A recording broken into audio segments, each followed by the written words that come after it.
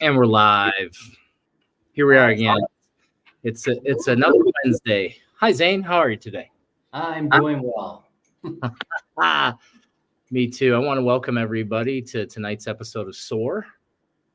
And we're going to do things a little bit different here today. What we're going to do is I'm going to encourage you to ask questions or maybe get us started on a topic. If there's something somebody's interested in about anything, it could be about shamanism, it could be about healing, it could be about metaphysics, it could be there's really no limit. Like all I ask is that your questions are like, respectful. As long as they'll be treated respectful.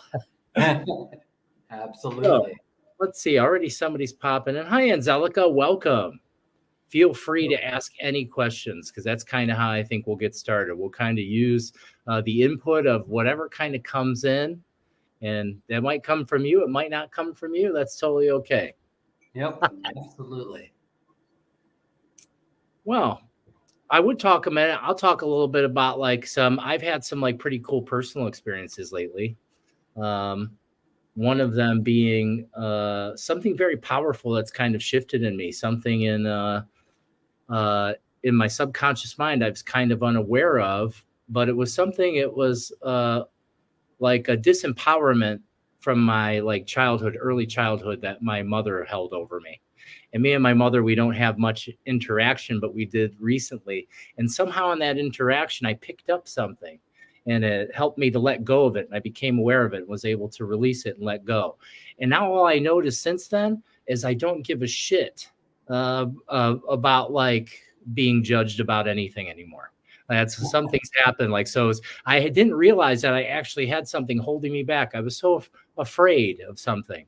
And that was amazing. So it was like kind of something that's unfolded. I feel like just collectively, there's a lot of unfolding happening. And I've noticed that in the community. I've noticed that with clients. It's just really amazing. There's a lot of amazing like spiritual intellect growing. Like the awareness of the field of itself is just beginning to grow in such a beautiful way.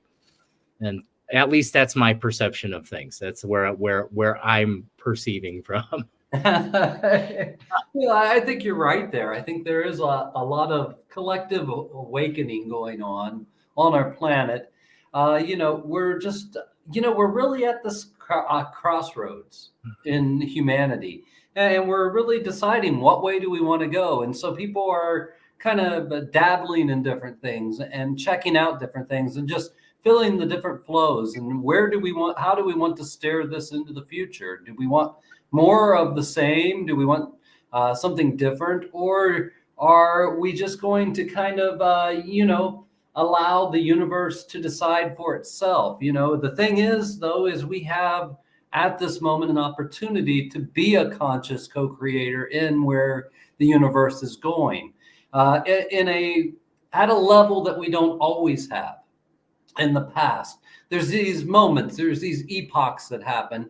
And they usually happen around a cataclysm of some type of disaster. And we just survived a global disaster with the pandemic and everything.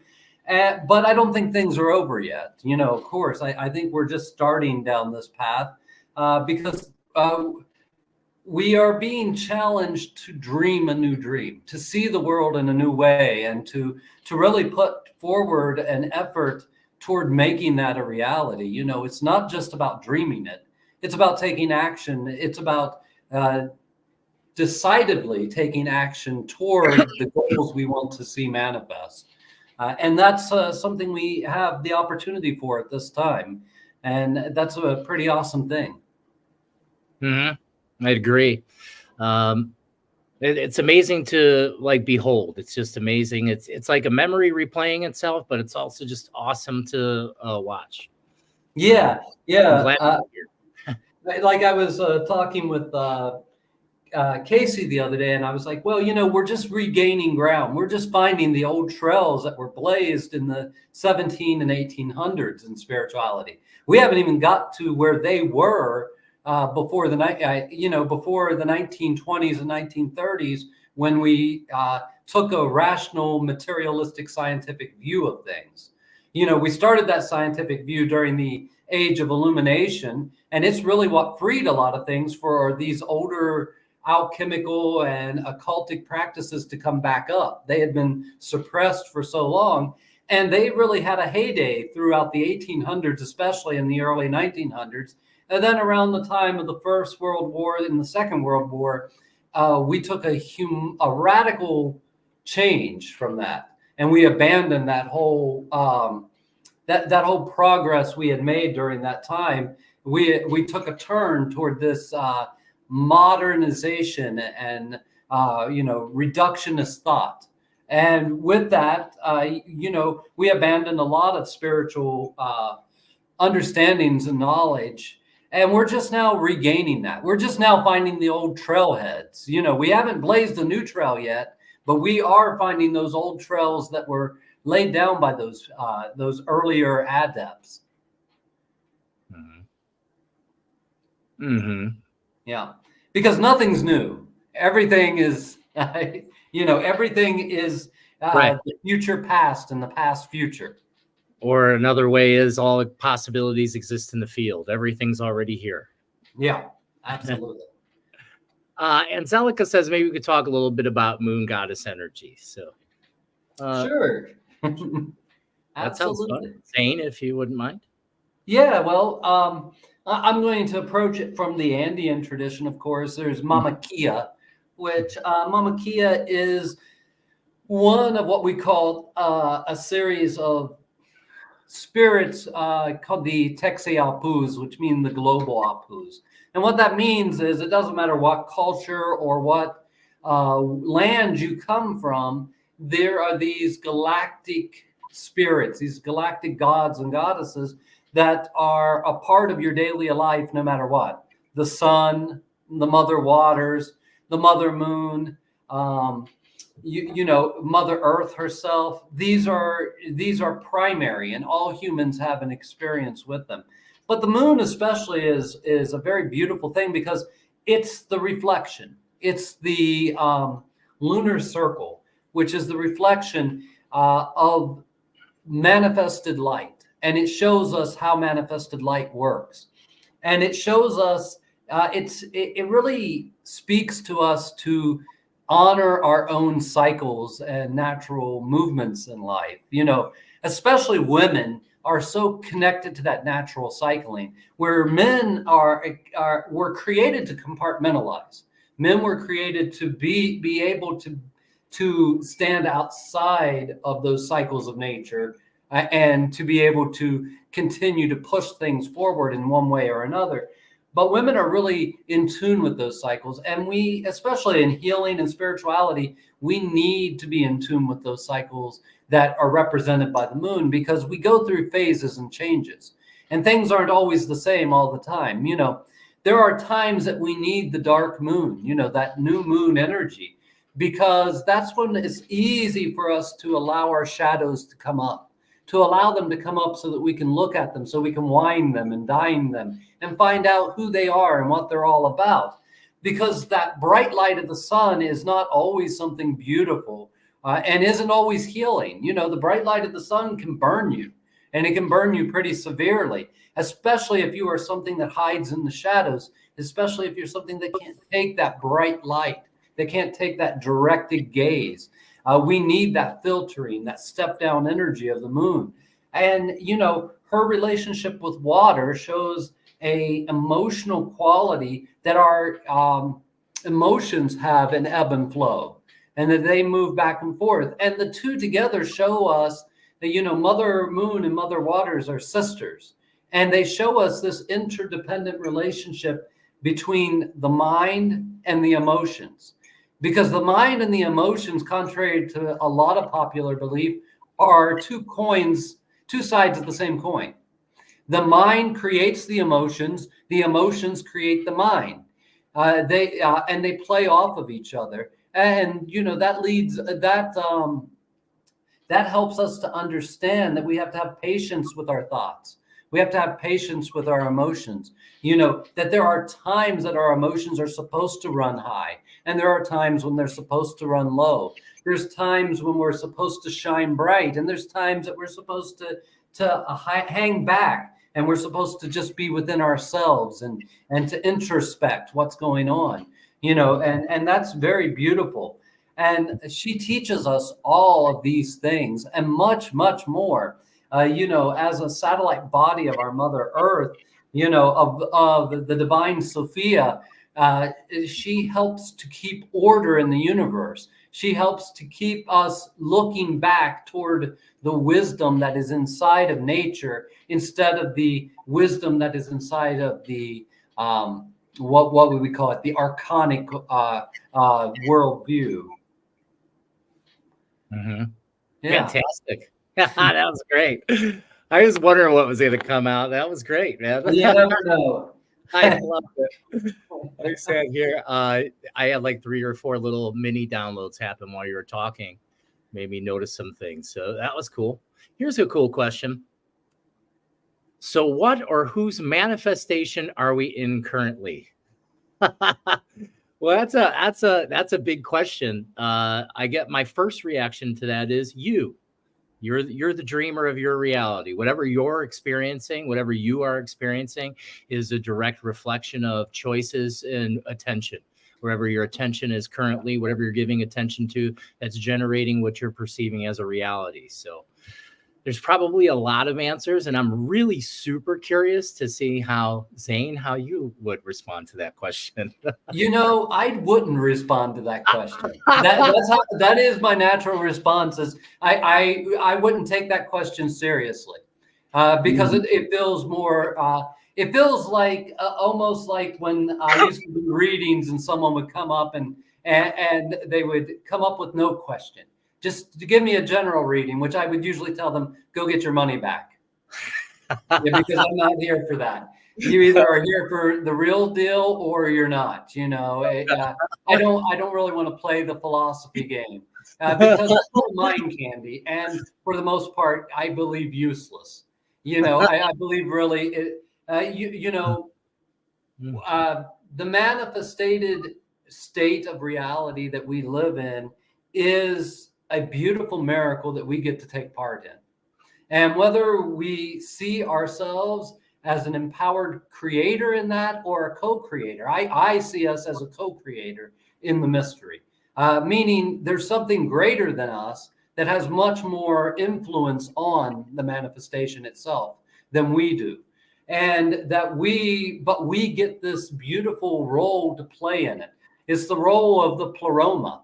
And we get to step down that pleromic energy. And when we balance it correctly, we get to play a co-creator in this great mystery. We're a co-creator with the rest of creation and then with a greater creation than that. And, that would be, I guess, how I would answer that. I love it. Great answer. Beautiful. Good. So I'm going to leave the floor open to anyone else that has any questions or comments or concerns. I would love to hear those things. So feel free, open up, however that goes. See, here's another question that probably you wouldn't play with, right? No one is stronger at manifesting than someone else. We live in a co-creative universe, and it's not really about power. It's about what you do when you're confronted with power. When something outside of your control happens, when circumstances go awry, how do you react to that? How do you respond to that? That is your co-creative power in manifestation, is how you respond to the stimuli that you're given. And there is no wrong response. It doesn't matter if you get angry and cuss a guy out. It doesn't matter what your response is. Just know that every response has a trickling down effect. Everything creates ripples in this reality. And those ripples bounce off of other ripples, and they create distortion patterns all around us. And so every action and every choice we make creates brand new realms of possibility that that are greater than anything we can dream. And that is our power of manifestation at work, is that it creates outcomes that are beyond what we could have ever dreamt ourselves. Because we are a co-cooperative universe. Every part of the universe is lending to every other part of the universe. Power is more or less an illusion. The truth is energy. And the truth is energy moves within certain spheres. And yeah, what seems sometimes like power can later be sensed in a whole different realm, a whole different way. Mm-hmm. Yeah, my kind of reaction to that is feeling like is yours more or stronger than anything else's, where my mind doesn't really live in a separate kind of thing. Like I know we're individual pieces of one thing, but like how Zane, so for me, the way my mind and the way it works inside of me is there's no one that is greater or less than the other. So I can't tell you that. That would be a judgment, and that would be based on something to do with my past experience or program. So I couldn't tell you that there is an answer actually to the question you're asking, because it doesn't actually fit into the framework in which I personally observe reality. Yeah, and I would just say, you know what? The greatest questions are the open-ended questions, the ones that make you change the way you feel, not the way you think so much, because thought is really, I believe, is on the periphery of everything. I believe the mind is an illusion created by your emotions and your thoughts. And I believe that the outside of that is the soul and the spirit, which operate on on completely different levels. And as much as I do like to be philosophical at times, I have found that philosophy and things like that don't help someone grow spiritually. They don't help you have a more meaningful experience of life. More or less, they just keep you running around in circles, chasing your own tail. And really, where I'm at anymore, I want to see what's outside of the circle. What happens when I quit playing, chasing my own tail, and I look for something new?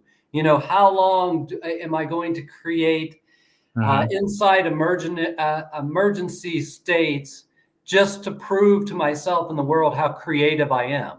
And when I could just be creating brand new states that show the universe how happy I am to create. Yeah, stepping into the shoes of the creator. I love it. Wonderful. Let's see what Angelica's saying here. We manifest our reality. So do we manifest connection with spirits in our lives, or do spirits help us manifest our reality? So it really depends. I'll let you tackle that. Well, I think these are great questions, and I think there's lots of different ways to look at these things because so many possibilities exist. So we manifest our reality. Yeah. So do we manifest connection with spirits in our lives, and do spirits help us manifest our reality? So I think that's going to really depend on how one's perception is and how far it sees reality as separate from things that are separate. So like for me, when I'm communicating with my spiritual energies or the beings in which I communicate, they're beings and I have a relationship with them, but on a deeper awareness, I know that's part of me and I'm part of that. Like, so I don't think it's that and this, I think it's this, that, and this.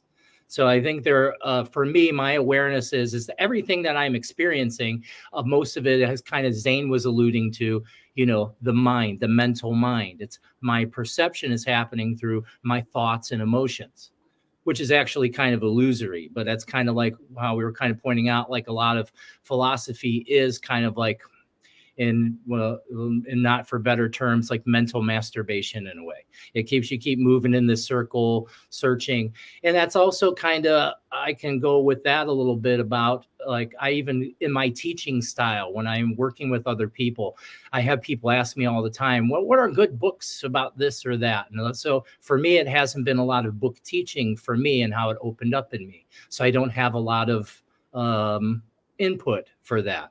And that's why I think, because I always try to make it aware. It's like, it's good to read books, but it's even more important because the information you seek is actually in you. That's like a spark, the book, what you're reading, the information, the mind stuff. That's all just a spark, but it's the fire in you, because that's something I see a lot, because we live in this time of information where people are really connected to all of this information.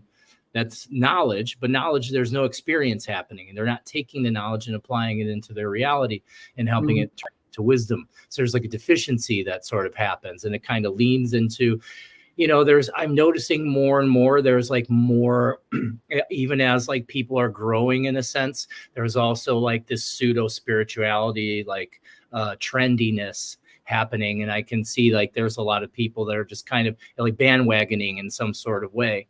And I don't judge anything as bad or good. I think everything is designed just the way it's supposed to. I may have judgment sometimes, but I forgive myself. But I understand that's my job. Yeah. Well, I mean, manifestation is an interesting topic because it's really a topic that is modern. I mean, extremely modern. It's more or less a topic of the last 60, 70 years. Before that, that's not exactly how people looked at these things. Do we manifest our connection with spirit? Well, of course, we work at that. So any work that you do towards something, but a connection with spirit is a relationship. And it's only as strong as you are a good friend to the spirit you're trying to befriend. And that means learning the proper ways of working with that spirit, because some spirits like certain things and other ones don't. And this comes down to a quality of vibration. Some people don't always get that, but two high-level spirits cannot get along. They may not like each other, and they may not create good circumstances when they come together. It's just like fire and water. You bring them together in certain controlled ways, and it can be very beneficial, but they are completely polar opposites of each other. They can also be extremely explosive. And these are qualities that people don't always get when they're talking about these type of things. So when we manifest a relationship with our spirits, it's learning what that spirit likes. And part of that means going back to the tradition that spirit comes from. Because we might say, oh no, we are connected to it all. And since I'm connected to it all, I can tap into the information that is the spirit, and that spirit will tell me directly. Well, no, there's spiritual traditions for a reason. There's a reason there's teachers of these spiritual traditions, and it is honoring to the spirit itself for you to go and humble yourself in front of a teacher and learn the correct way of approaching that spirit. Otherwise, you can tap into a quality of its energy, but it may not be the most elevated quality of its energy. And as we're working in our relationship with the spirit, that we get to see more and more elevated qualities of that spirit. As we elevate ourselves, we have to do the work inside of ourselves to hold the container so that a higher version of that spirit can come through. Because it can only come through to you to the wavelengths that you can hold or the wavelengths that you can broadcast. So, let me read this again real quick so I can just, I guess I would say something that Jahal Nawel said to me one time about the Mayan tradition. And that was that they 100% understood that humans created the gods. Gods did not create the humans. That they understood that humans have this creative power where they can create the creator. They can create the thing they are created from. And as such, that's a very powerful and deep understanding, and very understood among the indigenous peoples of North and South America. Was that understanding, because they were very close to the earth and to this grounded reality. One of the things we talk about manifestation, and that brings up a lot of things like The Secret and the law of attraction and all of that stuff. And, and I kind of talked about this last time I was talking with Hank last week too. But there, that all leaves a really sour taste in my mouth. The Secret, the law of attraction, and all of that, because it says that you can have anything if you purify yourself enough. And if you think the right thoughts and you do all these things just right, you can have anything in reality can manifest for you.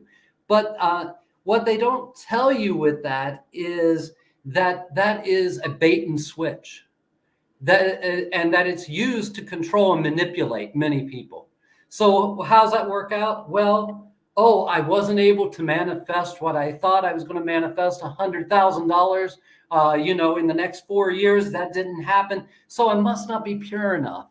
I must not be of a high enough quality. So I got to go once again and prostrate myself at the guru's feet that taught me this, because obviously they know what they're doing because they've manifested it for themselves. This is a reason why I don't like prosperity spirituality, because almost every spiritual master I've met has been dirt poor, was poorer than most street people in North America. So, but they were rich in community, but poor physically. They lived off of the little bit that they could scratch out in their gardens. And so sometimes things just weren't all that great, and that, and to, I think it's an arrogance of capitalism that gets into spirituality, that tries to perpetuate itself in this way. Because if you are spiritual enough and you're doing the right work, you should be wealthy. Everything should fall into your lap. All of this kind of thing should happen for you. And that is, if you really look out there at the spiritual teachers in our world, that has only happened to a very small few. That's not the reality the Tibetan Buddhists live. That's not the reality the Buddhists in Thailand live. They survive by begging on the streets. They go out and they beg for their food, and they offer you blessings in return. So that's not the reality that we see in any of these traditions. We don't even see it with the master teacher Jesus of the Western tradition. He was a vagabond. He went from house to house, relying on the kindness of strangers to help him survive.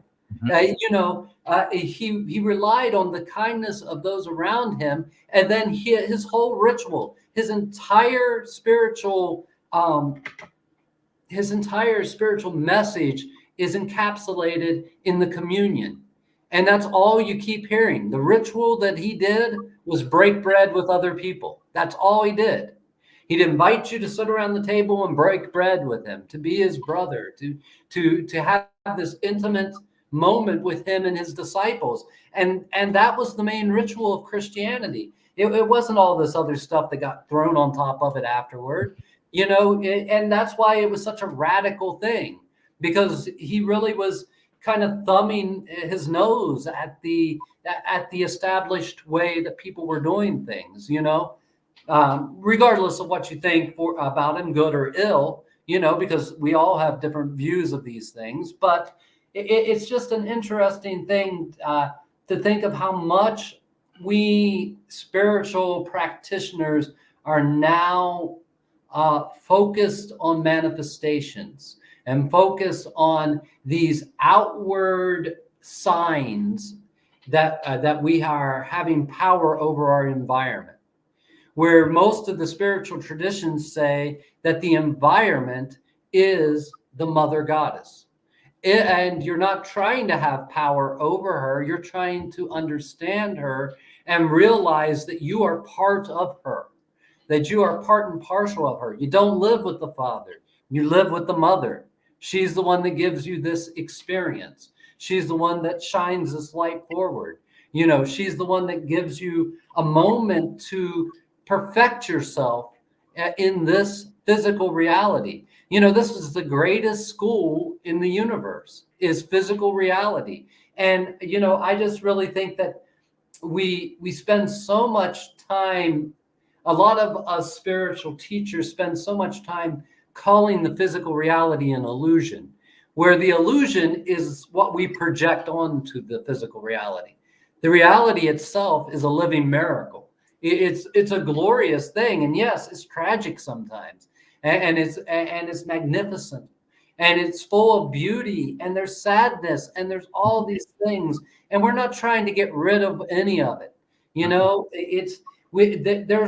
cannot lob pieces off of yourself to be able to experience your whole self.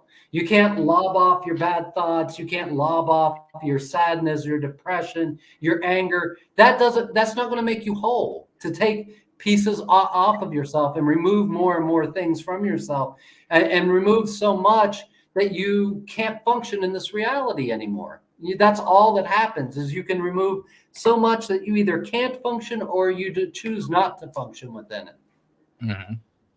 Yeah, and I think that all kind of ties in. That has a lot to do with just even we're talking about like historically great spiritual teachers are poor.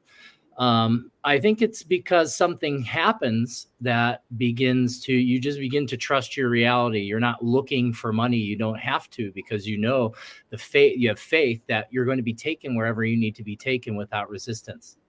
Like, so you don't even worry about it. Like, it's not a worry, because I think what drives most people to be successful is fear. That's really what really drives. I need to get here. I need this money. I need this to happen. Yeah, I agree. It's like, and I've said this many times in circles and stuff. Sometimes I'm working with someone and they think what they want is wealth, material wealth, because that's the dream they've been given. They've been fed that. Yeah, that's the story. This is freedom. This is liberation. But they never realize all of the ensnarements with it. Now, yes, you could have a lot of money. You could create that in your life, and it could be a beautiful thing for you. But most of the people who are thinking that, what they really want is less responsibilities in life, more fun, and more free time. And oftentimes, I say this half joking, but it has truth to it. Oftentimes, it would be better for them to go get a job at McDonald's than to try to start their own business, because they'll get all of these things: more freedom, less responsibility, and if they can live within that realm, they might actually find that is more enjoyable, because we've been sold a cultural belief that wealth means something. And we don't understand that there is not, the whole economy is based on limitation. It has to be. All economies are based on limitation. And that means that there must be those who are impoverished. There must be those who will never have enough to survive, because it's the fear of becoming them that prods the rest of the culture forward. It's the fear of having nothing. It's the fear of having to rely on the kindness of strangers and all these other things that keeps people going after that goal. In the Andean tradition, we have this thing called right livelihood. We believe in right livelihood. And what that means is something unique to every person. Every person has to find a way to meet the demands of their reality. They have to find a way to pay their bills. They have to find a way to feed themselves, and they have to find a way to make good on their obligations. And there's no shame, as long as you're honest and you work and you're a good worker for that. There's no shame in how that comes about, how you manifest that. And then eventually in your life, you realize that in your industriousness, you have created this foundation under you, and suddenly you realize, I'm going to be okay. You realize, I've got enough to survive. I've got the skills to survive. I've got these things. And that's right livelihood, is to know how to manifest that. And that is actually outside of the realm of the spiritual. For us, we see that as like one of the building blocks we have to have in the physical, so that we can touch the spiritual, so that we can reach up and communicate with that, is that we do need to have a firm foundation in this reality.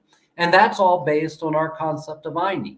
And Aini is the divine law of sharing, which is the way relationships are created. And your personal power, which is your power to manifest in this world, is equated to how well you can harmonize the relationships in your life. That's how you can measure your personal power, or your power of manifestation is how well can you keep a healthy relationship going. And do you have the strength and the character to say this isn't healthy when a relationship isn't healthy, and to cut that off and to say, you know what, I can't be in this relationship because it's not healthy for me. You know, that's another part of it all, is having the strength to have good boundaries and say, no, this is against me. It's not against me in the grand scheme of things, but it's not right for my soul and my spirit right now. And that's something that we all have to learn. And that is the measure of your personal power. The measure of your personal power can be seen in those relationships around you. And it doesn't mean you have to have 100,000 people you're in a relationship with. It's the quality, it's that quality that you can create in those relationships that matter. And which is true wealth and true success is if you're happy, you're healthy, and you're strong. Those are the most, those three things kind of line up for you. Everything kind of works out okay. Yep. So it's that's a mindset that I always work at on myself and try to help others to achieve, is the mindset of that's where your true success is. That's where your true life and your genius opens up from, is if you can harness those three things. And we harness those three things through learning how to embody gratitude. That's one of the most powerful energies of life that I can even try to explain, which I couldn't even on my best day. But how it feels to be able to take the word. So it's like an alchemical process. So it's kind of how I understand manifestation, is we have this wonderful thing, this ability to visualize, this ability to create, to take energy from unmanifested light and begin to create and make that so real in our mind's eye that it can elicit the emotional response. And it's that response of the emotion and the feeling. That's where most of us are cut off, is that we don't feel our reality. We're always thinking about it. We're thinking about how we're trying to create or manifest, instead of just allowing ourselves to see it and then feeling it. But then you have to take it from there and be able to begin to radiate it, embody it and radiate it. And that's where, like, a deep practice for a lot of people in their manifestation routines is in that space, trying to learn how to, through practice, quieting the mind and going into, where do you feel gratitude in your body? Because you can think, I can say, hey, think of gratitude. What are you grateful for? You're grateful for this day. You're grateful for your life. And those are all concepts, but that's one form of energy that needs to be transformed into another, so it can be transformed into another. So we can transfer all of that energy. And then what that does is you're sending a signal into the quantum space, and you're going to begin to attract whatever's connected to that signal. Now, where a lot of people get confused, you're never going to bullshit the universe. So if your mindset is geared in, you're asking for something because your mindset is stuck in lack, you're vibrating in lack, and you're probably not going to get what you're asking for. And you're going to go back in that circle like Zane was talking about, where I must not be good enough. You're always good enough. You're always worthy. You're never unworthy. You're already everything. We just have to remember that we're everything. Absolutely. Yeah. And manifestation, you know, it's a fine dance with reality. And, you know, there are spirits out there. There's spirits that want to help us, and there's spirits that don't want to help us, that want to throw blocks in front of us. And that's just like humans that we meet. There's humans that want to help you move forward, and there's humans that don't want to see you move forward. And there's nothing wrong with that. It's just part of life. But as we're manifesting, or you know, to use the older term magic, as we're using magic to change our life, one of the things that people don't always get is it doesn't have to come the way you dreamt it. You know, the way you visualized it, if you are so hard set on that's the way it has to manifest in your life, when it starts to manifest, you'll never see it, because it's not going to follow those protocols. You might say, oh, I want $100,000 by next week. And the universe has to work within the field of possibilities. What is possible for you at that time? It could be that 2% in the bell curve. But that 2% is only possible if you're willing to make the changes in your life, if you're willing to go forward with it. And that means you might be trying to get an upper, I use this analogy a lot. You're trying to get a high level upper management job. And you're just trying real hard, but you have no work right now at all. You might have a degree. You might have even worked in the field for a while, but you haven't been to work and you're really looking for it right now. And you do some magic and you do your visualizations and you're sitting there and you're manifesting this thing and you get offered a general manager position at McDonald's. Now, some people would say, no, I don't want it. It's under the pay scale that I'm used to and all this other stuff. But the truth is, right now, in your realm of possibilities, that's the closest thing the universe could bring to you. Mm-hmm. And if you take that, you might only be there for a month or 2 or 3 months. But at that point, you have changed your energetic vibration. Mm-hmm. Now it is possible for the universe to bring you something new. It might take 4 or 5 years to bring that to you. But it's in the realm of possibilities. We always want to work within the realm of possibilities. And of course, we could say all things are possible. Mm-hmm. But what is most possible within the current reality that you live in? Because some things you could accomplish in your life, but it would take such changes in your lifestyle that you wouldn't want to do it. And that you would actually be going against yourself to go after that dream. Mm-hmm. Even though it might be a fine dream, it's not really within you. You might not want that business because you don't want to work that hard. And that's okay. You don't have to work that hard. You know, and that's the secret to all these things, is that the universe has to bring you the closest possible manifestation in the realm of possibility around you. Not in the entire field of potentiality, but in the realm of possibility. What are you willing to do for that? You can do a spell for a job, but if you don't go out applying for any job, it's really hard for the universe to deliver that to you. And the spirits want you to go out and work for it. They want you to help it all along the way, because yes, they have tremendous power in this reality. But they can't break this reality. Sometimes it looks like they broke it, but they haven't, because they respect it too much to break it and watch the whole thing fall apart, because they know it's too important. It's too beautiful. So that's another thing when we're talking about that. And why hasn't what I was trying to manifest happened yet? You know, it's just like I say, we live in a universe that's totally abundant. But that total abundance isn't in objects. It's in living energy. And we have to be open to different ways that living energy might play out. You know, you have a $75 gas bill and you don't have any money. And you're sitting there and you go around and you ask people for $75 and someone says, well, I got $5. Would that help you out? And you go, no, all I'm looking for is $75. Yeah, you know, or maybe no one has any money and you're like, well, why isn't this working out for me? And maybe what you need to do is humble yourself, call the utility and set up some type of payment plan. You know, work something out. You know, it's hopefully we'll all start to dream something better, you know. But right now we have to take care of the business of the reality we have created and that our ancestors have created, because we are literally climbing the stairway to heaven on our ancestors' bones. They laid down their life so that we have one more rung toward paradise.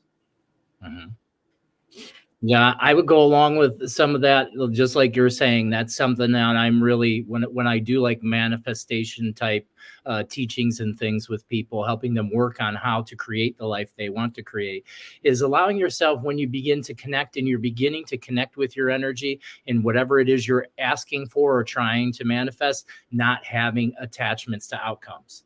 Like, just because that's what your mind has used as a vision, that doesn't necessarily mean that's exactly how it's going to look. And then this also means you have to be ready, because as you're asking the universe, there's going to be opportunities that arise, things that maybe you normally shy away from, like how you were kind of pointing out, things that maybe normally you wouldn't go for. What I tell people is when you're in that mode and you feel that and your connection's happening, whatever's showing up, follow that. Follow that. Especially what I say is if it makes you afraid. If you're afraid, you should probably do it. That's worked for me in a beautiful, beautiful way. It's got me so many different places because I chose to walk in without fear.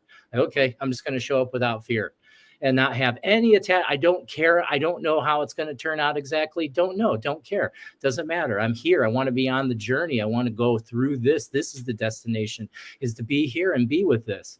And I even kind of had this happen with me, like, sharing some more of like personal kind of expansion that I've had. A couple weeks ago, things were feeling really heavy. Their abundance felt low. And I realized that, it's all kind of coming from me. So I had to start working on things, started working on my practice, opening myself up more to gratitude. That's the first thing I always point to. If you want to change your life, start practicing gratitude. If you just do nothing else, that can really start to change things. Just taking some time and being grateful for what's there. And doing that was able to open me up and change my frequency and open my mind. And then right away, it was nearly instant. Everything started to shift. Everything started to change. I started to feel, wow. And then what was that doing? Why does that happen? Because it tests our faith. That's what it's for. It's to see what are you willing to do? Just like you said, what are you willing to do? Everything. I'm willing to do everything, to do what I think is the right thing to do. That's how I choose to be driven, is by the internal mode, not this idea of, how we were talking before, the thing that was sold to us, this idea of what success is. Like what is success? What I used to think success is nothing like how I think success is now. I feel more successful than I've ever been in my life, but that wouldn't look that way on paper, right? So, but for me, that's not how I see it. And I don't see a lot of value in that. I do want to become very powerful in this current. I don't like this economy. I don't agree with it. I don't think it should stay. But I do understand that I'm going to have to learn. I'm going to have to continue to connect and learn how to be strong in this economy to affect a very powerful change. So that way we can make these big changes in the world. Because if we don't start controlling the chips, what happens is we never control the chips. So we have to start figuring out. And I think that's going to happen as we continue to grow as a collective. Our divine intelligence begins to grow in such a way that just naturally, it's not something that's going to have to be forced. It's just going to open up, and the awareness, our flowering opens, and it opens, and we begin to just operate in a new form and new way, where it's not really like, I don't have these sensations of this, like, there's lots of people caught up in ideas of spiritual war. I think you're manifesting that. I think you may create that, and maybe you'll see that in your reality. I believe my belief and understanding is what you're perceiving in your reality is directly related to what you believe. If you believe something different, and this isn't believe like I think believe, this is an actual belief, an actual knowing. There's no question within you about it.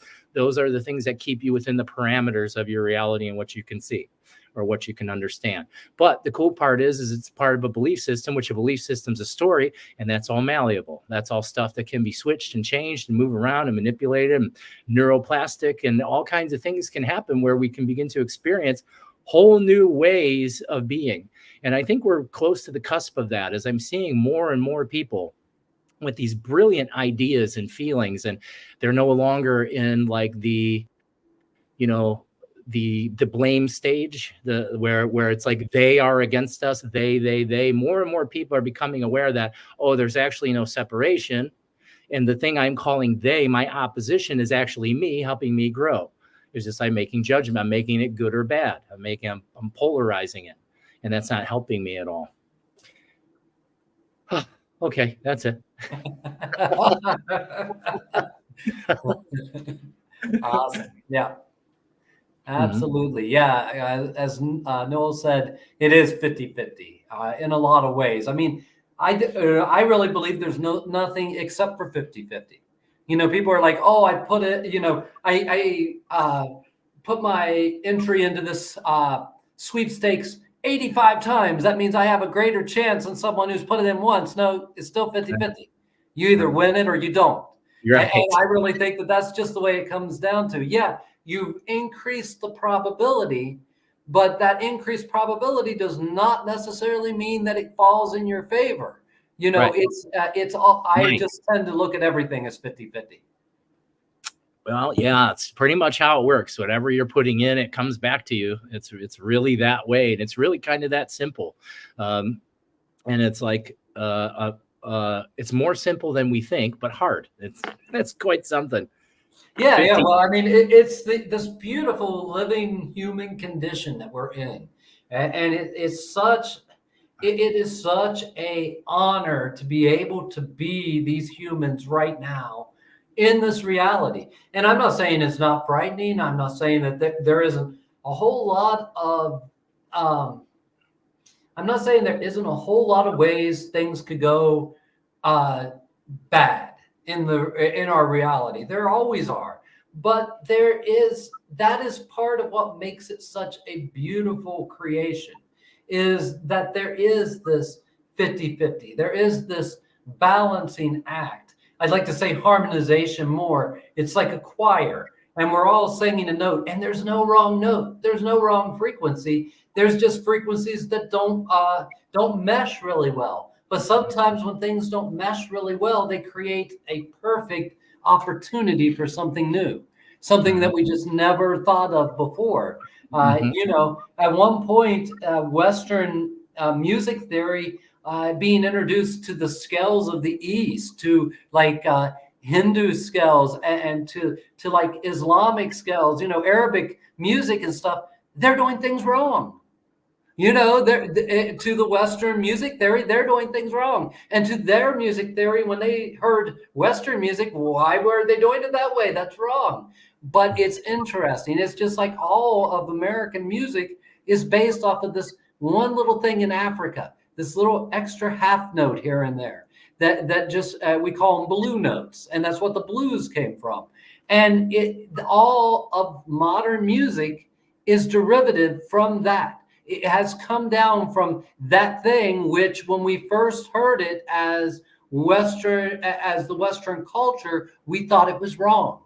It didn't fit into our clear-cut scales, you know. So we had to create a new scale to incorporate it, because even though on a theory-based thing it was wrong, people's ears loved it. You know, it did something inside of you. It created a longing, it created a feeling, it created a passion. And that's really what manifestation is all about too. It's creating a longing, creating a feeling, creating a passion. Like what Anthony can attest to this. When I teach people healing techniques, I tell them, you know, we do these things and we expect nothing. Mm-hmm. We don't have to sit there and expect the person to feel better. And it's even worse if we start questioning them. Do you feel better? Hey, how about now? Do you feel better? You must be feeling better now. That's just pressuring them. That's pressuring them for your own ego gratification. You go in there and you offer the best thing that you can offer. You offer the best of yourself in that moment of vulnerability that they're in. And it's none of your business if they feel better or not, because you don't get to decide if they feel better or not. And you don't know, it might be 6 months before that healing hits totally home with them. And they might not even realize that it's because of something you did. And you know what? It doesn't matter, because the greatest healings you have in your life, what I teach is something where you change your energetic quality. And as you change your energetic quality and the coherence between your thoughts, actions, and feelings, miracles happen around you. And 90% of them you'll never know about.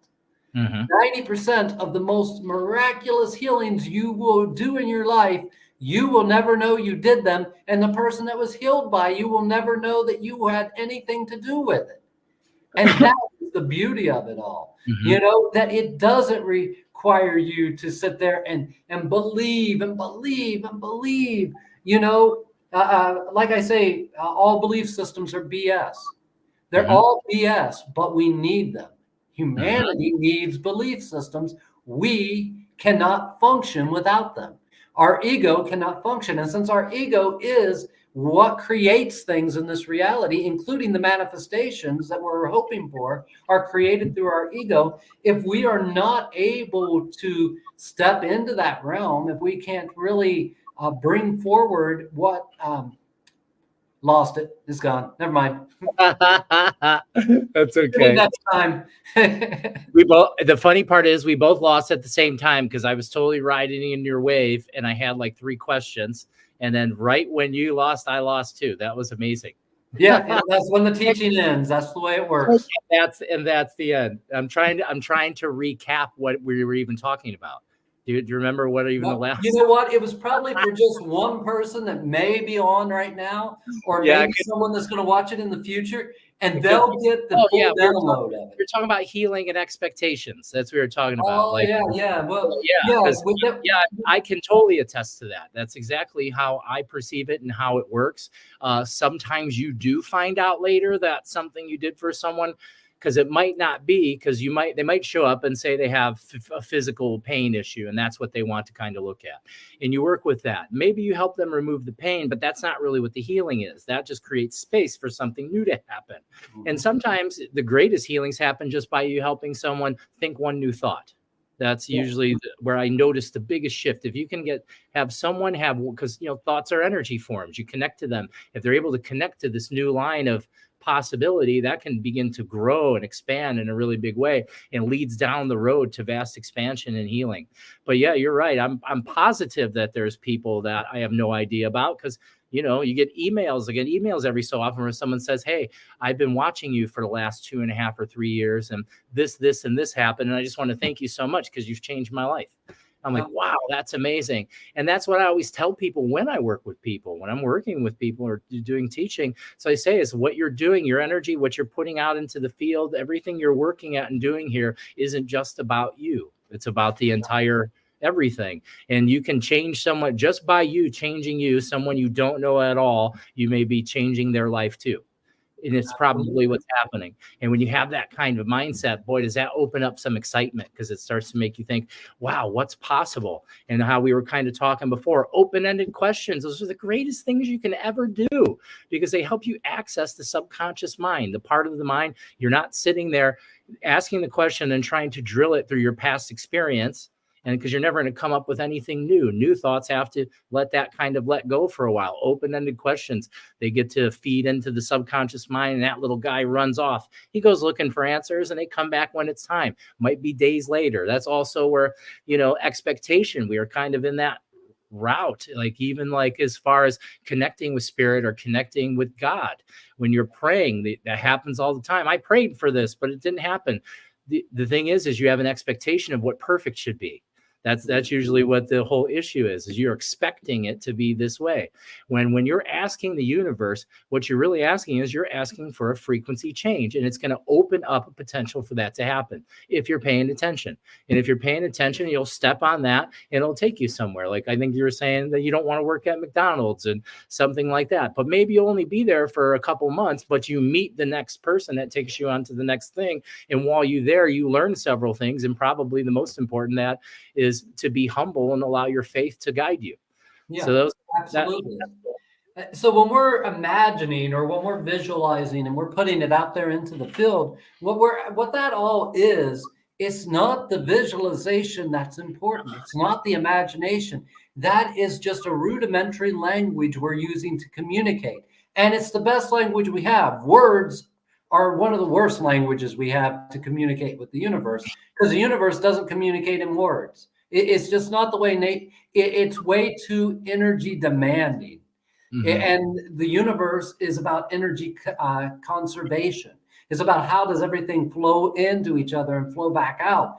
So, the most beautiful way that we can express ourselves often is with imagination and visualization. But it's not really what we're imagining that changes things. When we imagine something, it's like tuning a radio, and we're tuning into a frequency. And maybe that frequency looks like this imagining that we just had. But maybe in reality, it looks nothing like that at all. That was just the container for the frequency for you to be able to dial it in. Maybe you think it's to be this rich and powerful landowner who has all this wealth so that you can give it to everyone else. But maybe the way that manifests, the way that you tap into that frequency and can broadcast it into your reality, maybe it has nothing to do with you becoming a rich and powerful landowner. Maybe it only has to do with you having the experience of being that rich and powerful, even though you have none of the objects that help to say that you are rich and powerful. But if you suddenly feel rich and powerful in yourself, maybe you then can start to give gold to others, true gold, true kindness and true love, because you're not all consumed with making a dollar. You're not all consumed with this outward appearance of power. You found true power, which is inside of yourself and based on the relationship between your thoughts, feelings, and actions, and how that manifests within the social world around you, how that manifests to the earth, how that manifests to animals around you, how that manifests with other humans around you. These are the things that really matter. Mm-hmm. Ah. Yeah, Andrew, things do come in time, absolutely. Or it took 20 years to get there. Things come in time. Then you are like, oh, yeah, I did donate energy to that thought. Yeah. Yeah. I love those. I love when there's some sort of continuity that happens when you can look back. You can have a memory of something that happened, and you can see just how important it was that it did happen. So it could help you to get to where you're at now. That's always the thing. And everything's kind of relative in that aspect, because even when you go back just a little bit in time, often you kind of look, it's like the expectations are so strange that you don't really realize where you've gone from one place to the other if you're not paying attention and allowing that to be in your awareness. So what I was going to say is we're at about an hour, and what I would say is, Zane, do you have anything going on, something you want to promote? Yeah, I do. I don't have any link right now, but have a hybrid program coming up, and I don't even know the start date of it, but it's coming up at Goddess Elite in North Olmsted. We'll be doing 7 weekends.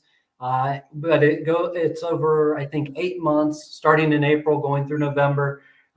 It will be half online and half live at the Goddess Elite there, where we'll be diving into this tradition very deeply, diving into the traditions of the Andes and learning how to apply that into our own lives.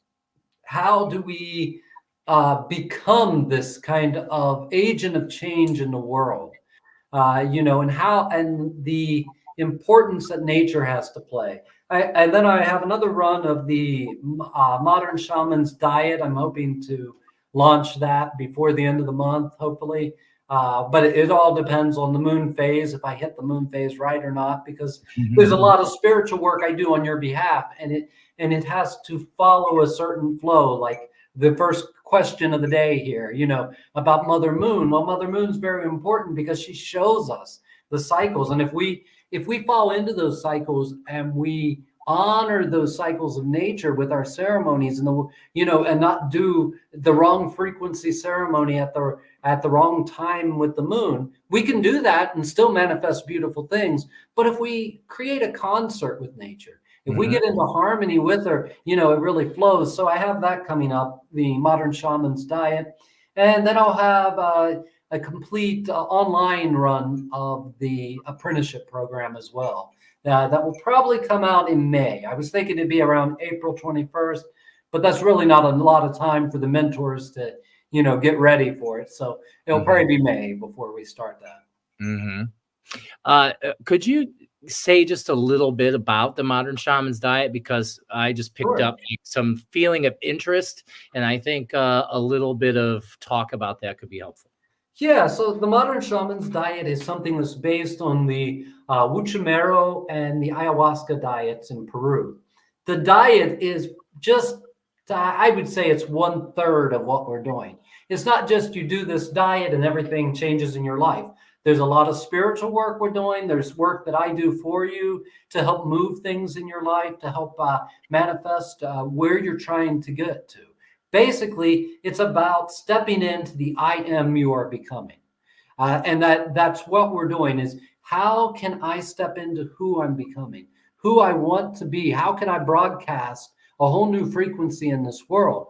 And we affect it through the diet itself, through certain types of mindfulness practices, if you will, through shamanic rituals, and through ceremonial work that I do on your behalf. And all of that together creates this kind of launching pad into your future.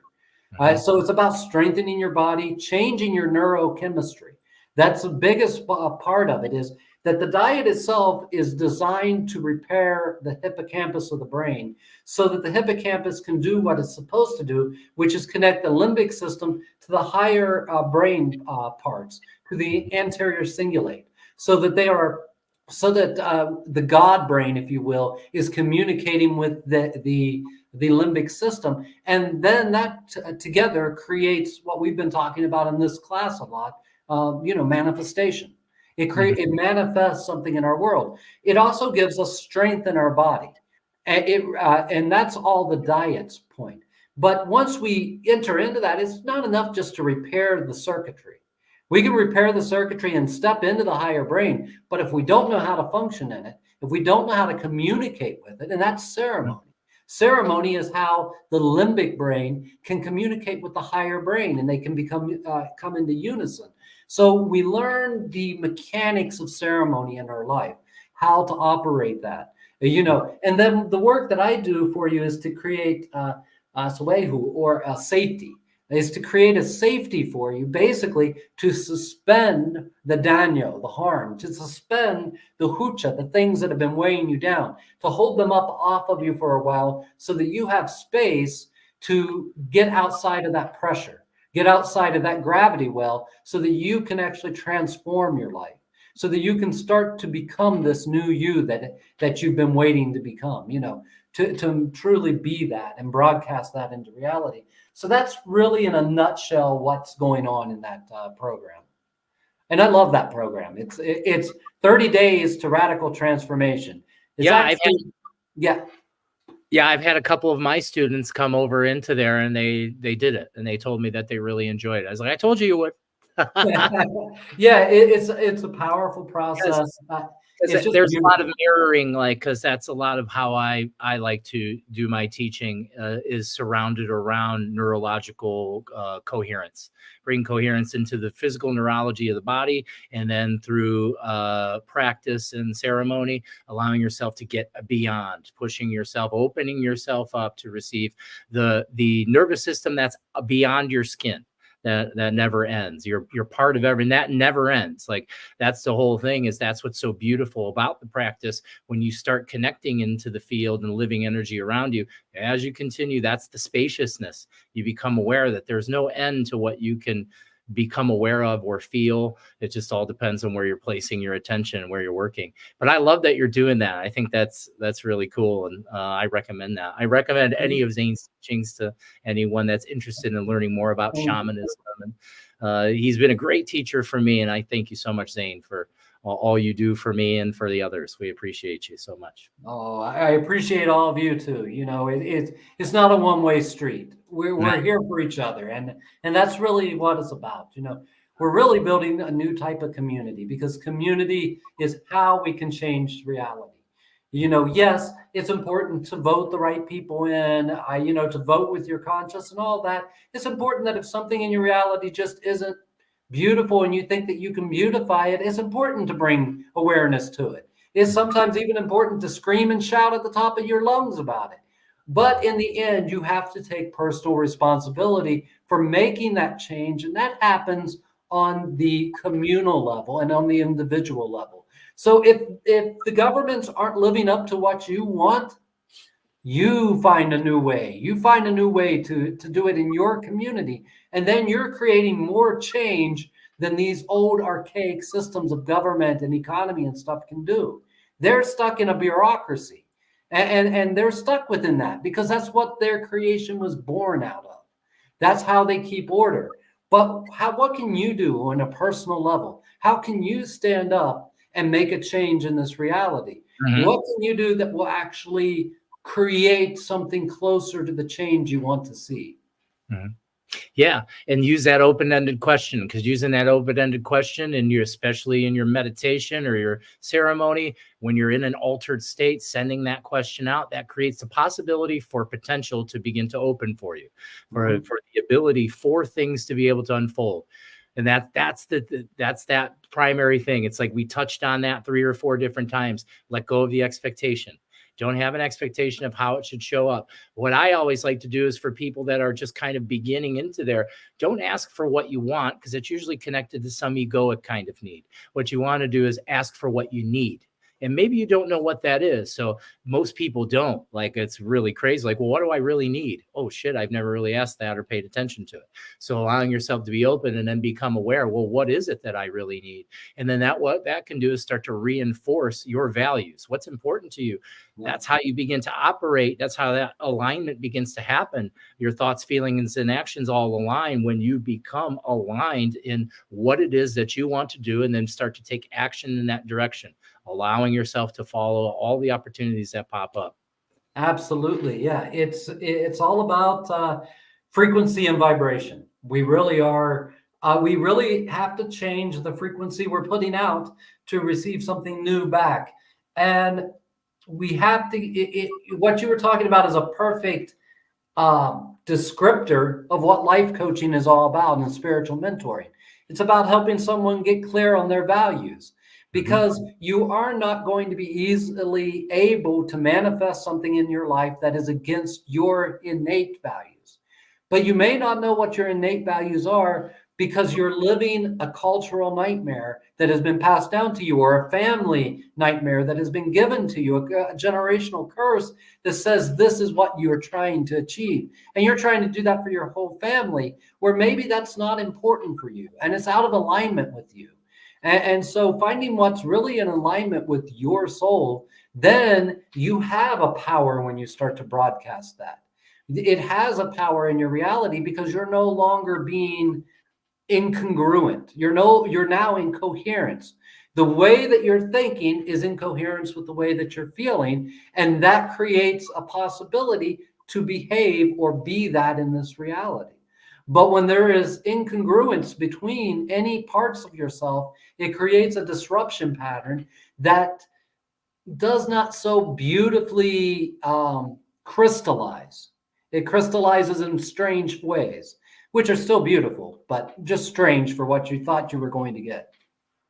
But even though we do it a lot without expectancy, I I think something I don't really say is there should be a level of excitement, Mm.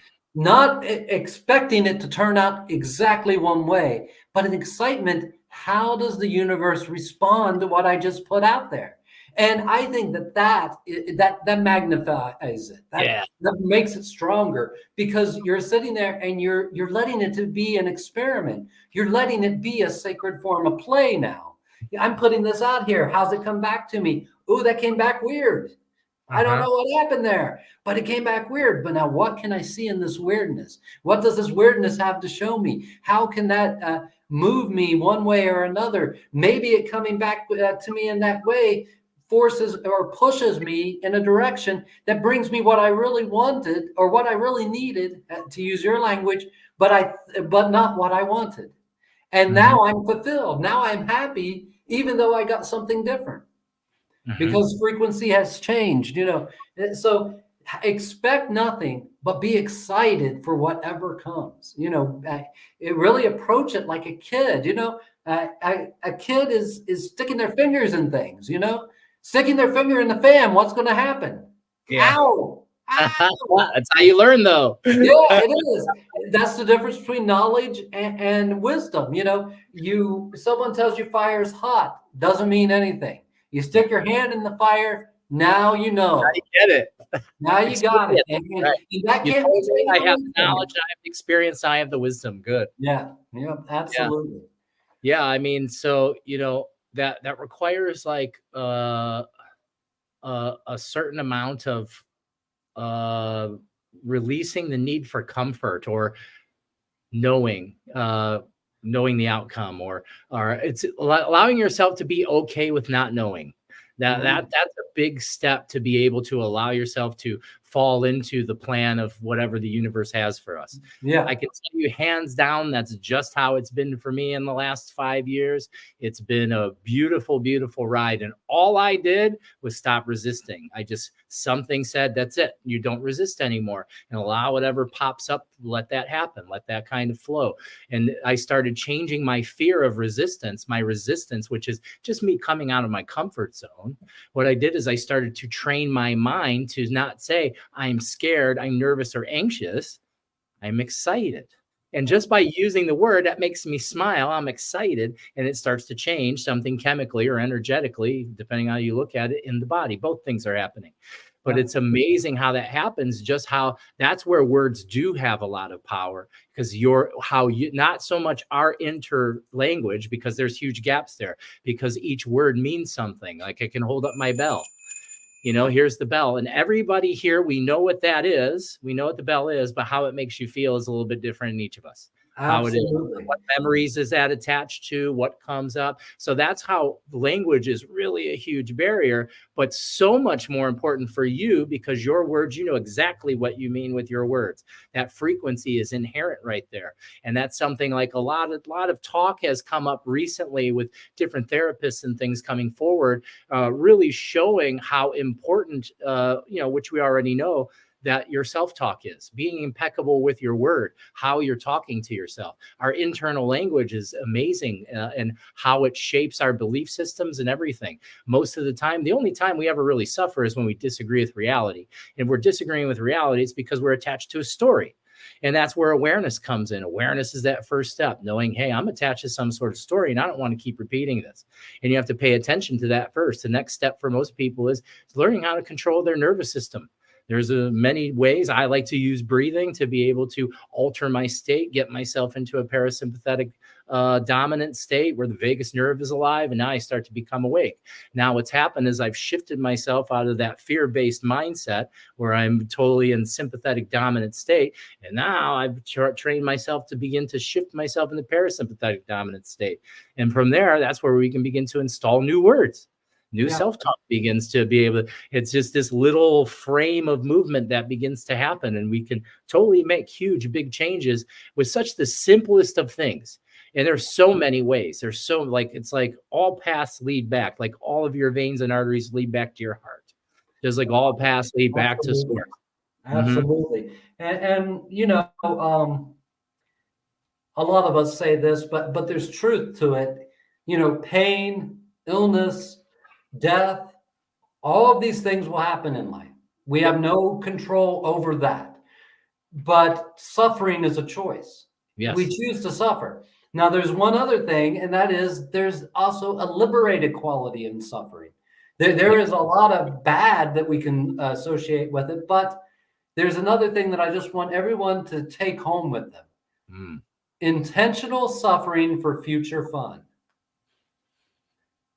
Sometimes we have to make the choice to intentionally suffer something so that we can create an opening to have future fun.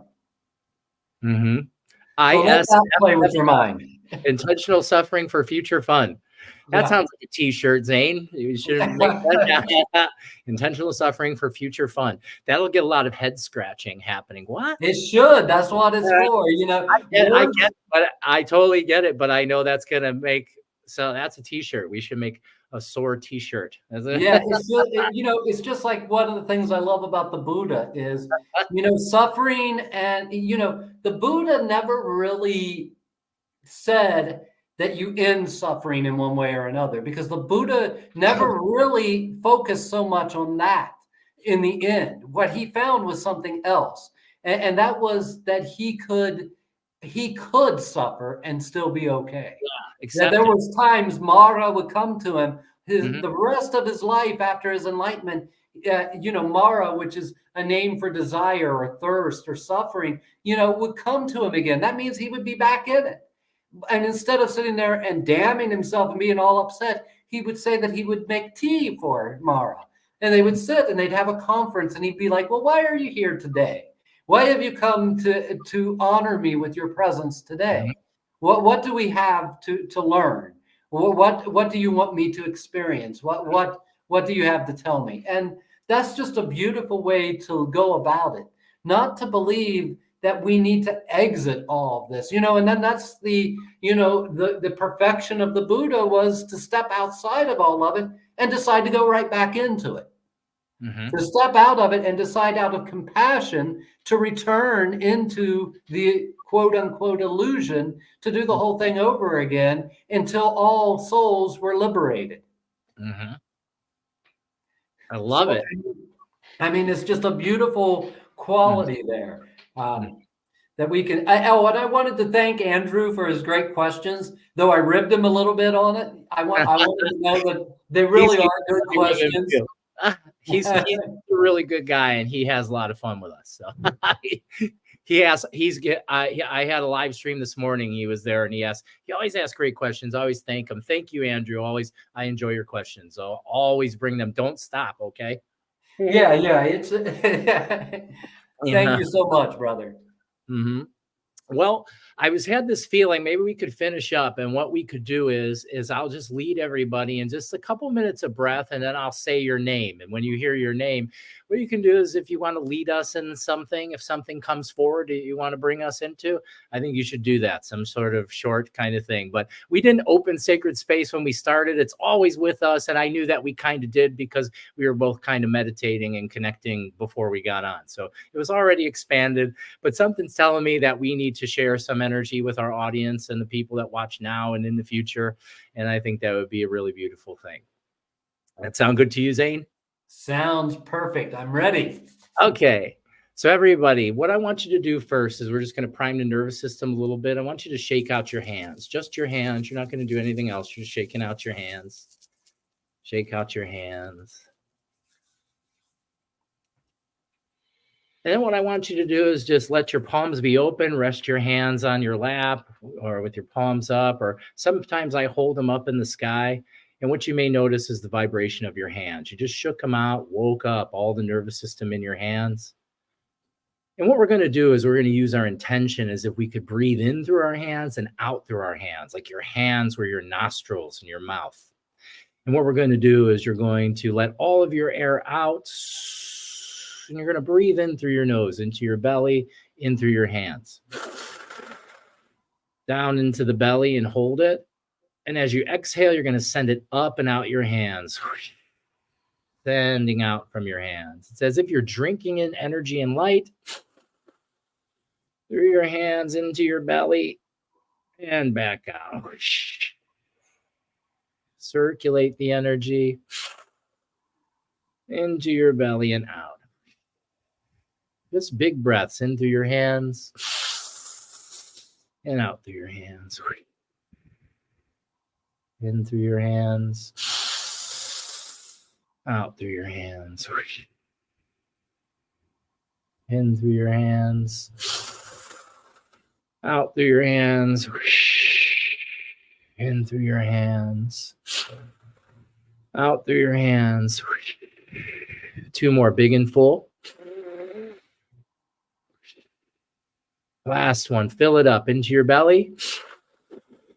Squeeze into your belly. Nice squeeze into your belly. And release. Let all the pressure and tension go in your body. Bringing your left hand over your navel, your right hand over your heart. Your energized and alive hands connecting into your stomach, into your intestines, your internal organs, connecting into your gut brain. And your right hand connecting to your beautiful, beautiful heart. This beautiful center of light. And now what we're going to do is we're going to breathe, and we're going to make this 3 sniffs. Each sniff to the belly, the heart, and the head. Sounds like this. Sniff, sniff, sniff. Holding and releasing.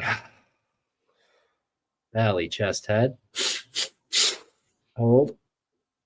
Release. Nice soft sigh. Sniff, sniff, sniff. Sigh. Just go with this flow. All three centers. Begin to remove the gaps. Your breath's like a wave. Valley, chest, head. All the way up to your head now. All the way up to your head. All the way down into your tailbone. Up to your head. Down tailbone. Up head. Full vertical column. 5 more.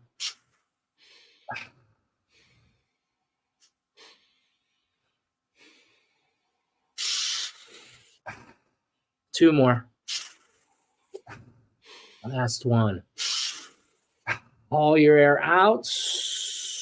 Empty and hold. Feel your hands, feel your body. Everything's primed and ready. Feel the vibration, the ringing in your ears, the light show in your eyelids.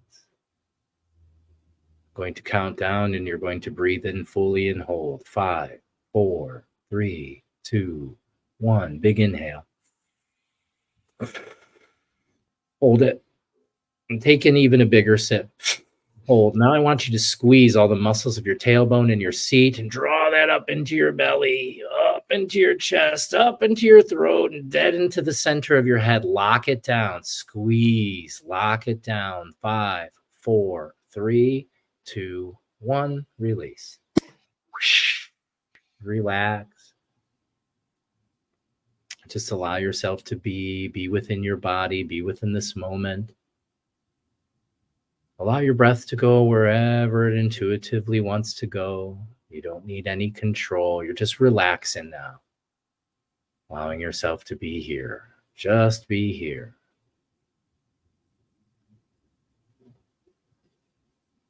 Your breath is easy.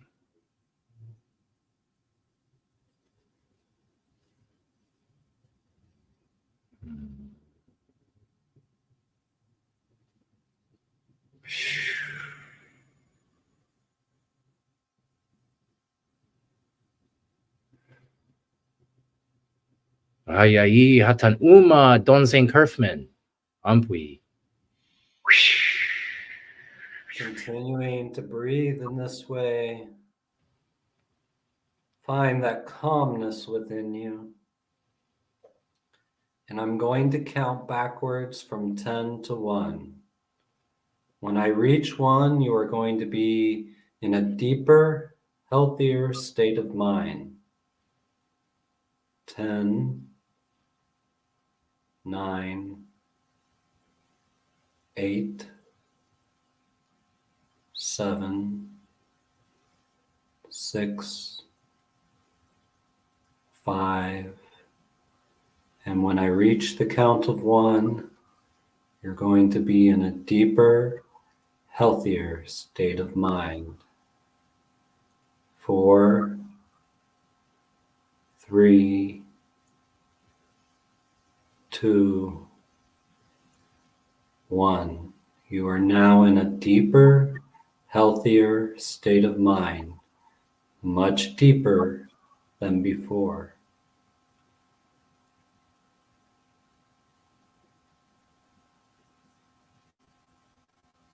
Anchor this experience into you.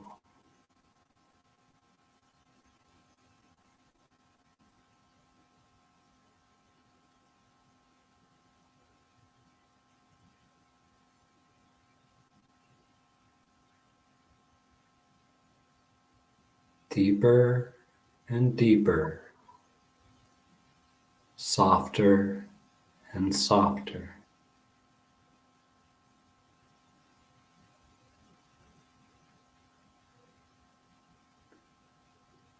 Make a connection with your innermost self, with the spirit that moves in all of us.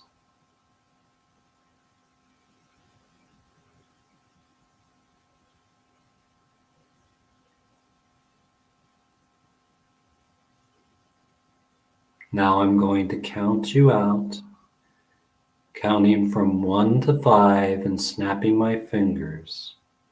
When I reach the count of 5, you'll open your eyes, feeling awake, alive, and alert, revitalized, renewed, and refreshed, successful, and ready for the world. 1, 2, coming out slowly. 3, and when I reach the count of 5 and snap my fingers, you'll open your eyes, feeling awake, alive, alert, renewed, refreshed, and revitalized, full of success and ready for the world. 4, 5, eyes open, feeling awake, alive, alert, renewed, refreshed, revitalized, strong, successful, and ready for the world. Indeed. And it is so. And it is so. Let's all just take a deep breath in. Let's breathe in the beauty of this moment and just hold it into you and let yourself just let go softly. And spend just a moment just reflecting on gratitude, whatever it is you're most grateful for today. And you can simplify that and make it grateful just for this moment, just for this day, just for this group, all the beautiful energy that's here with us, all the beautiful spirits that are here with us. Thank you, thank you, thank you. May we send our love and beauty into all three worlds. Ah, I am so grateful. Anaiki kuyaiki arpichai sonkolai arpichai. Arpichai sonkolai arpichai sonkoichai munaicha sopaiki. Wonderful. Well, Zane, this was absolutely fun. I'm super Sami stoned and I feel really awesome. So thanks for sharing that. That worked out so nice. Get everything flowing. I could feel it slipping into a different brainwave state. And there you were. Boom, right in there with a beautiful hypnotic meditation. It's beautiful. So good. Thank you. It was so productive in that short period of time. I love it. Absolutely. It doesn't take a long time. It just takes a good time. Yeah, I'm not here for a long time. I'm here for a good time. That's what my Uncle Bob used to say. So, that's awesome. All right, everybody. Thank you all so much for joining us tonight. We'll be back 2 Wednesdays from now, so you can join us again and come soar with me and Don Zano. Absolutely. Don Zano, thank you so much, my wonderful teacher. I'm so grateful for you, and I love you so much, my brother. Thank you. Love you as well, brother. Keep up the good work. Thank you. Same. Bye-bye, everybody.